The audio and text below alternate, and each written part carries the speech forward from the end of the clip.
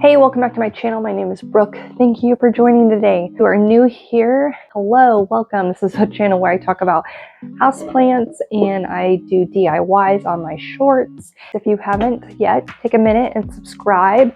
That would be awesome. That way you can be up to date on all my new videos. And if you are a recurring viewer, or if you've been here and watched my videos in the past, thank you for coming back. Today I am going to be repotting some plants. In my last repotting video I needed to repot my Philodendron Billietiae, but I ran out of soil, and I have my Buono here who had a mishap while we were away. I did not water it prior to us leaving for a 7-day vacation because it didn't need to be watered. And then when I came back, the soil was bone dry. I've lost 3 leaves on this guy, and its largest, newest leaf is starting to yellow, as well as this one here. So that was a bummer, but it also just needs to be repotted as well, I believe. I can see the roots that are coming out the bottom, so we'll check on that. But needed to repot this guy, and I kind of wanted to talk about, when do you need to repot your plant? Some people might think that just because they have a lot of foliage on top and they're growing a lot that they need to be repotted. That's not always the case. You want to look at the roots. If there are roots that are coming out of the bottom or at the top, like you saw on this Billietiae, the roots on this guy are coming out in all directions. It's got a lot of aerial roots right there. There are roots coming out the bottom. This needs to be repotted. Okay, my mic ran out, so I'm gonna have to redo this. So this guy, this is my Anthurium Clarinervium. There's a good chance that he might not need to be repotted based on the just assumption that it doesn't have roots coming out the bottom. So just because a plant is full on top doesn't mean it needs to be repotted. If you have a plant that is just growing a lot and it's automatically like, oh, there's a lot on top, so it must need a larger pot. Third time.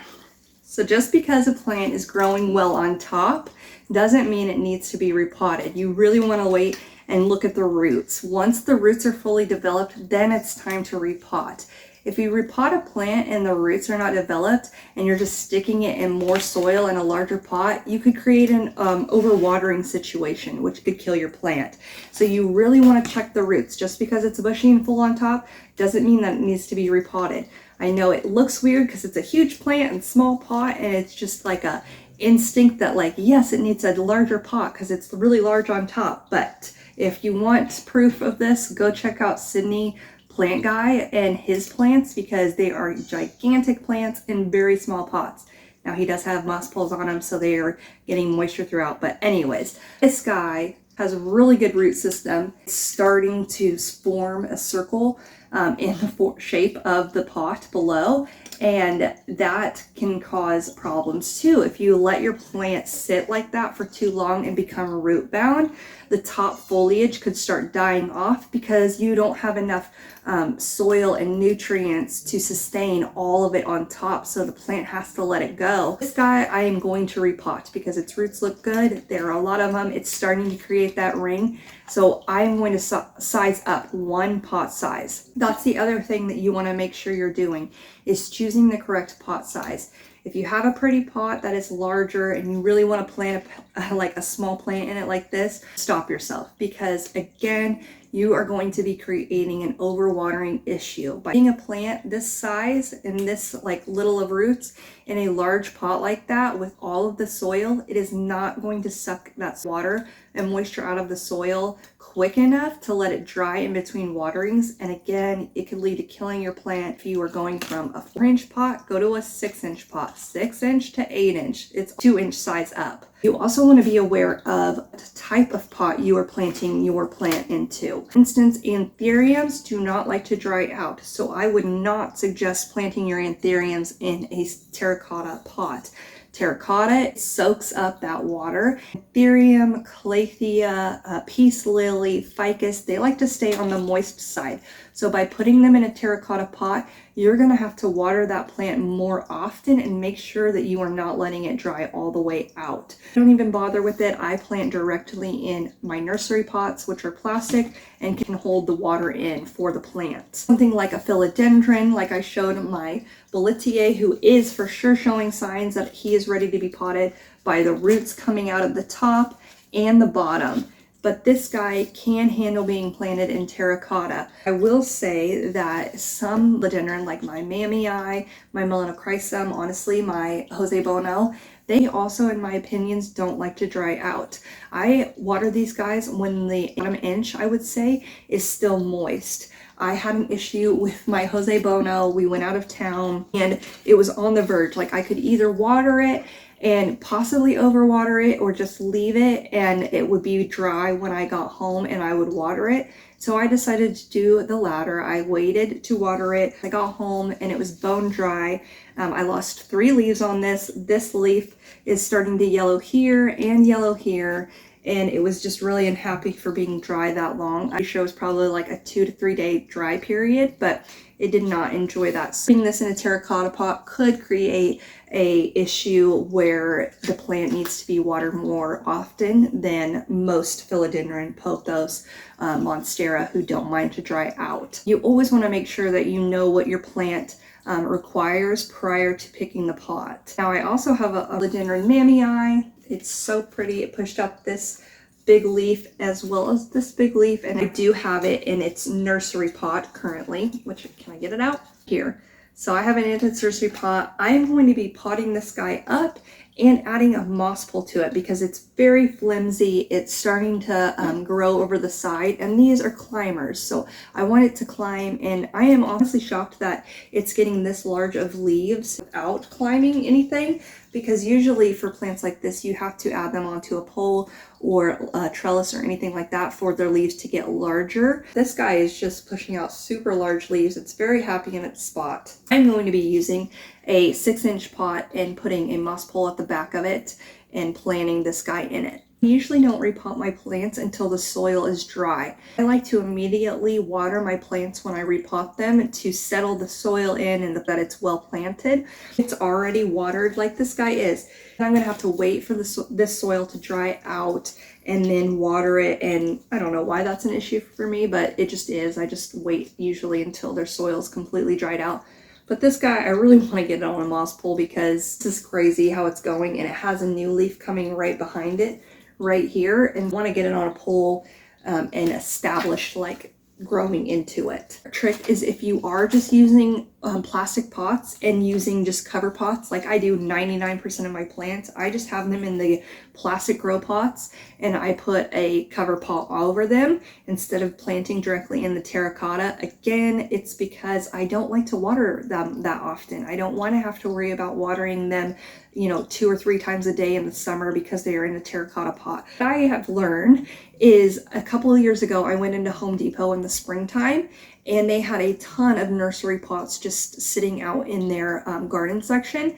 And I just asked an associate what they do with them and if they would allow anyone to take them, and they said yes. And so I took a ton of pots, like 4 inches to a gallon, and they were free. So I shared that with my Pinterest page years ago, and some people said that it worked, some people said that it didn't. A few people replied back and said that the associate told them that they shipped the pots back to their companies of wherever the plants came from. So I don't know if that's like a specific just company that they want them back, or if it's for all of them, or if it just depends in the area that you are.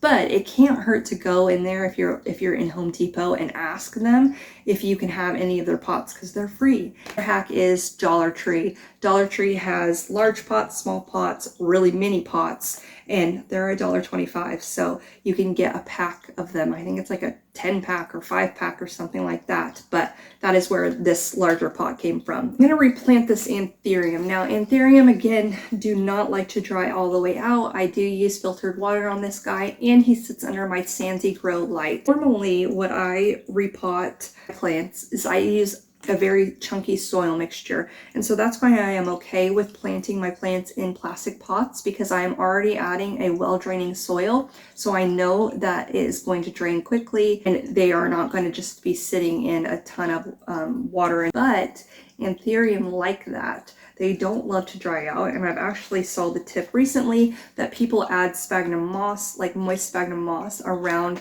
the upper part of the plant to just retain that moisture. So I haven't tried that because I haven't had an issue with this guy. I'm not going to be using my normal potting mix for this guy. I kind of have a mixture of orchid bark, I'm trying to think, orchid bark, regular potting soil, and perlite. So I'm just going to add a little bit to the bottom of this guy. Ooh, I should have done this over my bucket. Do not remove the soil that it's currently in. I just keep this soil here and I just backfill it. So I will fill the pot up, put the pot down there, or put the plant down there, and then backfill. That soil, as long as there are no pests in it and it's not causing me any issues like watering issues, I don't mind it being there. Now, if it had a pest issue or fungus gnats, of course, I would take as much soil away from the plant as possible and completely put new soil in it. That is my easy repot of my Anthurium. So the second plant is this Philodendron. So again, I'm going to leave the soil in this plant. I'm not going to try and remove it. One, because the roots are like, seriously, this root is growing from here to here. It's like growing back through the pot. So I might either have to cut that root or cut the pot. I'm hoping not to do either, but I cut this root. Sorry. It'll be perfectly fine. Is in there. He has needed to be repotted for quite some time. Whoa, yeah. This is a definite need for repotting because the roots are starting to outnumber the soil. And when this happens, the plant can't retain nutrients in the soil. And so again, it can start dying on top and just slowing down the growth of the plant. Thankfully, that hasn't happened with this guy. He is still growing. He's pushing out a new leaf right there. But I do want to get him in a larger pot. That way he can continue on with his growth because it is growing constantly and its leaves are getting larger and it's a beautiful plant. I'm going to pot this guy up in a terracotta pot. That is this guy. He has been potted up from a 4-inch pot to a 6-inch pot. Now on to my Buono. Again, I'm so sad that this guy, sad about his leaf yellowing. It's such a pretty plant. So when these guys get large and mature, their variegation starts showing a lot more. It's very subtle right now. If you can see that speckling right there, and this leaf was variegated on like the half of it, but now you can't see it because it's just dying off. So I don't know if I should cut this back. It has a new leaf coming out, so I think I'm just gonna leave it and just watch it. But I am bummed that I did that. Such is life though. It's pretty, yep, pretty root bound, which always is a good sign that your plant is happy and healthy.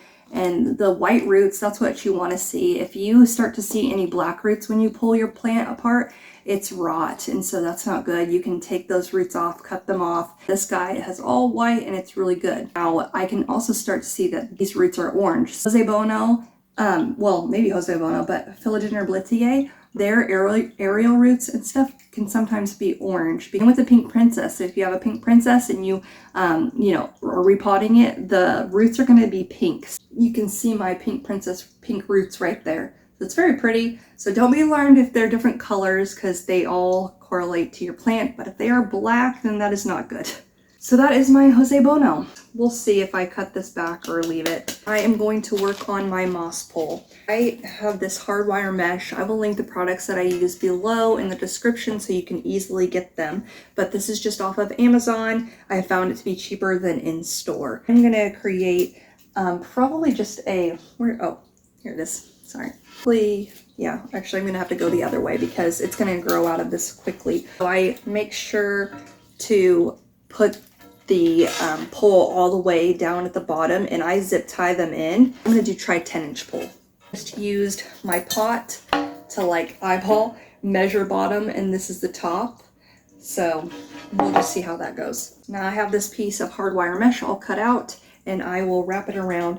Now the trick is to not zip tie it all the way up and fill it with moss as you go, then zip tie it. I like my poles to be like probably 2 inches wide. I will zip tie it to the bottom of this pot and then first I will fill it with moss. Then I will zip tie it to the bottom of that pot. You can buy moss poles already put together, but I have found that they have cost a lot more than just making them yourself. I've started my moss pole assembly, but I am going to start adding sphagnum moss to it now. Tip number 2 is to use pre-moistened sphagnum moss. I will put sphagnum moss to the top of the pot because I fill the rest of it with soil. Done with that. Now I'm going to attach it to the bottom of the pot. I'm going to go ahead and fill it up with a little bit of soil. This is how I fill the bottom space with soil. It's just dump it in there. Take my Mamaei and I'm going to unpot them. Not as thick of roots as the last couple plants. It still has plenty, but they are not as massive and large and thick as the other ones.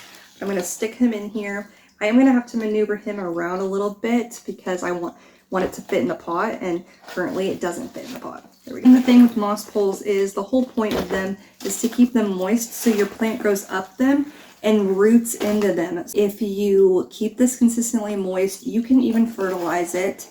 The plant will grow into it, and so each section will then have its own root system. I sometimes use Velcro, plant Velcro, but I have some plant clips, actually they're hair clips that I just purchased at Walmart, that I will use to keep this guy close to the pole. So you will also need to make sure that yes, your plant is touching the pole, because you don't want it way out here. It's not going to grow into it. You want to make sure it's up here so that these aerial roots that are around here go here. That is this plant done. So I will put him up on my west facing window shelf right there. That was my repot and moss pole video. I hope you enjoyed this, learned something new, or repotted with me. Thank you for watching. Make sure to subscribe so you can see more videos like this, and we will see you next time.